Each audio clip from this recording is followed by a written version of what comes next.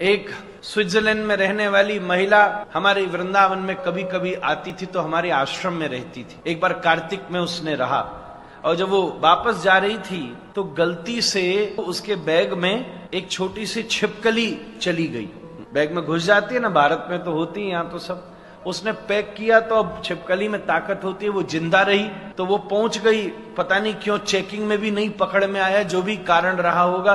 जब वो अपने 10 घंटा बाद घर पहुंची ज्यूरिक में, हम जानते हैं उसको अभी भी मौजूद है, पुरानी बात नहीं है, 10 साल पुरानी बात है। उसने बैग खोला तो उसमें से छिपकली निकली।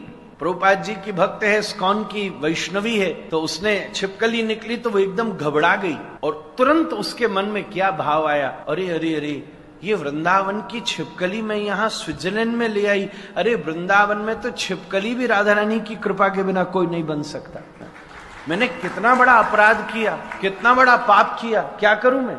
उसी समय अपनी माँ को बुलाया, बड़ी दूर रहती थी। डॉक्टर से पूछा, इंटरनेट पे देखा इसको क्या खिलावे मारे हम, वो तो कोई घबरावे।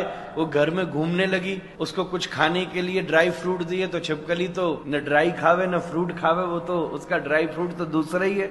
अब दूसरे जीव को कैसे मारे, तो डॉक्टर ने उसको जो भी कुछ देना था वेटनरी में करके उसको अच्छे से सील किया। उसने परमिशन ली, उसी समय 5-6 घंटा ये तैयारी करके ऑनलाइन परमिशन लेके फिर से हवाई अड्डे गई। मैं जानता हूं, साक्षी, मैंने देखा है अपनी आंखों से। तुरंत टिकट ली जाए तो कितनी महंगी होती है, कम से कम 8-9 लाख रुपया की हवाई अड्डे पर दोस्तों से पैसा लेके टिकट खरीदी, 1 दिन रुकने की। वहां से आई वापस दिल्ली, आज पहुंची थी, फिर सुबह आ गई, गाड़ी लेके वृंदावन आई। हम सब लोग चौंक गए।